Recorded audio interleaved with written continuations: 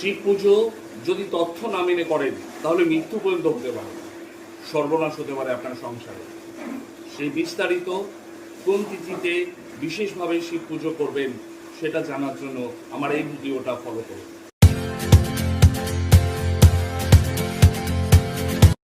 নমস্কার, জয় মা আত্মা। আমি আপনাদের পুরোহিত অভিজিৎ মিশ্র। আজকে আমাদের বিষয় হলো শিব পুজো। নিত্য শিব পুজো করতে আপনার কোনো অসুবিধা নেই, নিত্য পুজোয় কোনো বাধা নেই। কিন্তু যখন আপনি কোনো কার্যের জন্য, কার্য সিদ্ধির জন্য আপনি বিশেষভাবে শিব পুজো করছেন, রুদ্রাভিষেক করছেন, সে বিশেষভাবে শিব পুজো করার জন্য কিছু নিয়ম আছে, তিথি আছে। সেগুলো যদি আমরা মেনটেন না করি তাহলে আমাদের মৃত্যু পর্যন্ত হতে পারে, আমাদের সর্বনাশ পর্যন্ত হতে পারে। তাই সেই বিষয়গুলোই আজকে আমি তুলে ধরব।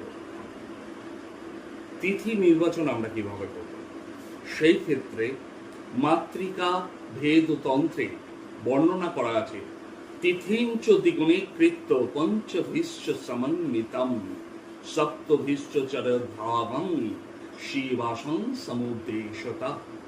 অর্থাৎ শিবের তিথি, শিব কোথায় অবস্থান করছে তার জন্য তিথি নির্বাচন করতে হবে। তিথি কিভাবে নির্বাচন করব, এখানে যে উল্লেখ করা আছে, যে অভীষ্ট তিথি আছে তাকে দ্বিগুণ করতে হবে, তার সঙ্গে 5 যোগ করতে হবে এবং তাকে 7 দিয়ে ভাগ করতে হবে। সেই ভাগাংশ যেটা থাকবে, সেই ভাগাংশের মাধ্যমে আপনি বুঝতে পারবেন শিবের অবস্থান কোথায় আছে। আর এই শিবের অবস্থান জেনেই আপনাকে পুজো করতে হবে। কারণ শিব যদি কৈলাসে থাকে, শিব যদি শ্মশানে থাকে, শিব যদি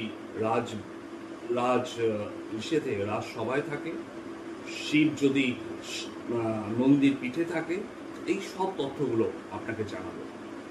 আর কোন তিথিতে পুজো করলে শিবের অবস্থান কোথায় থাকে এবং শিব তার ফল কি দেয়, শিব ভোজনে থাকলে কি ফল পাবেন, শিব কৈলাসে থাকলে কি ফল পাবেন এবং শিব শ্মশানে থাকলে কি ফল পাবেন, সেই বিষয়গুলো তথ্য দেব আপনাকে, যেন আপনারা পূর্ণ তথ্য দিয়ে, পূর্ণ তথ্য জেনে আপনারা যখন শিবের পুজো করবেন, আপনাদের ব্রাহ্মণকে দিয়ে পুজো করাবেন, তখন এই তিথিগুলো মাথায় রেখে করবেন।